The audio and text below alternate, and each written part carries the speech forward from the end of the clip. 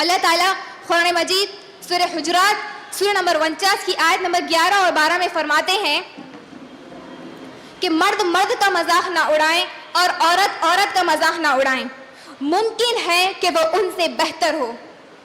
اس کا یہ مطلب نہیں ہے کہ مرد عورت کا مذاق اڑا سکتے ہیں اور عورت مرد کا مذاق اڑا سکتی ہیں، ہرگز نہیں۔ اور آج ہم ایک دوسرے کے مذاق کن کن چیزوں پر ہم ایک دوسرے کا مذاق اڑاتے ہیں، کسی کے بولنے پر، کسی کے بیٹھنے پر، کسی کے اٹھنے پر، کسی کے رنگ پر، کسی کے خط پر، ان چیزوں پر ہم ایک دوسرے کا مذاق اڑاتے ہیں۔ اللہ اکبر۔ حد تو یہاں تک ہے کہ ایک دوسرے کی نقل اڑاتے، جب محفلوں میں ہم ملتے ہیں تو ایک دوسرے کی نقل اڑاتے ہیں اور لوگ اسے بڑا انجوائے بھی کرتے ہیں کہ واہ کیا اچھی نقل اتارے، ہنستے ہیں۔ اللہ اکبر۔ دراصل آپ اس شخص کا مذاق نہیں اڑا رہے، بلکہ نعوذ باللہ آپ اللہ کی بناوٹ پر مذاق اڑایا جا رہا ہے یہاں پر۔ کیا وہ شخص خود ہی سے ویسا ہے؟ ہرگز نہیں، اسے اللہ نے ویسا بنایا۔ آپ اس شخص کا مذاق نہیں اڑا رہے میری ماں بہنوں، آپ اللہ کی بناوٹ پر نعوذ باللہ مذاق اڑا رہے ہیں۔ اس بات کی اہمیت کو سمجھیں۔ اور آگے فرمایا ایک دوسرے کو عیب نہ لگاؤ، یعنی مثال کے طور پر عیب لگانا کسے کہتے ہیں؟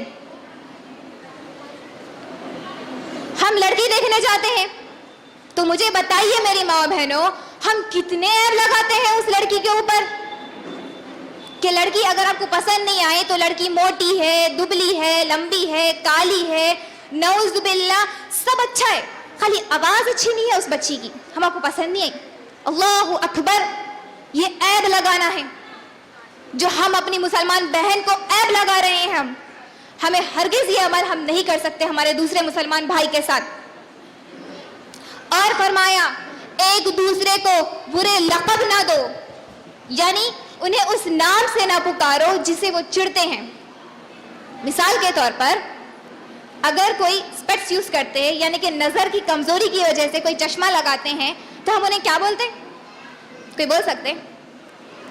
بیٹری بولتے ہیں یا نہیں؟ چشمے کی بنا پر اس کا نام بیٹری رکھ دیتے۔ اللہ اکبر۔ میری ماں بہنوں، اس ایک لفظ کی وجہ سے آپ کتنے گناہ کر رہے ہیں۔ ایک تو اس کا مذاق اڑایا جا رہا، دوسرا اس پر عیب لگایا جا رہا، اور تیسرا آپ اسے برے لقب دے رہے ہیں۔ ایک الفاظ کی وجہ سے آپ اتنے گناہ کر رہے ہیں۔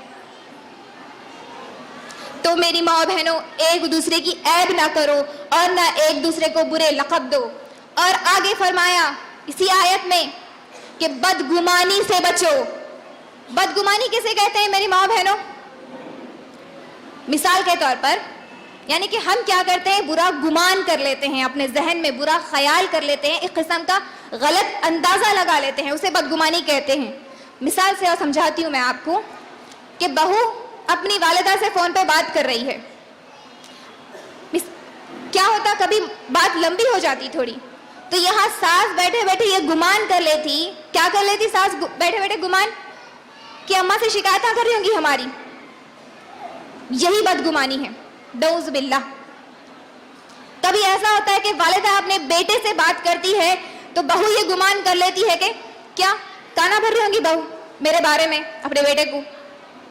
اللہ اکبر۔ یہی بدگمانی ہے میری ماں بہنوں۔ بدگمانی نہایت ہی بڑا گناہ ہے۔ کیا آپ جانتے ہیں اس کا عذاب کیا ہے؟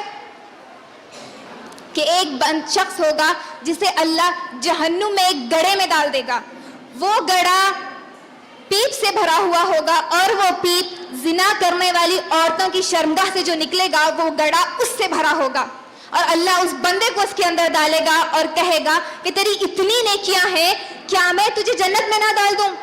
تو بندہ تو چاہے گا ہی کہ وہ اسے جنت میں ڈال دے۔ اللہ کہے گا کہ تو نے فلاں شخص کے بارے میں وہ بات کہی تھی، اسے ثابت کر دے، میں تجھے جنت میں ڈال دوں گا۔ اور اللہ اکبر، قسم ہے اللہ کی، ہم ہرگز بھی ثابت نہیں کر پائیں گے وہ بات، کیونکہ اللہ حفاظت فرمائے ہم تمام کی۔ اگر اللہ کسی سے سوال کر لے تو بندے کی اتنی مجال ہوگی ہی نہیں کہ وہ اسے جواب دہ ہو۔ کیا ہم جواب دے پائیں گے اللہ کو کہ ہم نے ویسا خیال کیوں کیا تھا؟ تو اس بات کی اہمیت کو جانے میری ماں بہنوں، اتنا بڑا گناہ ہے یہ۔ اور آگے فرمایا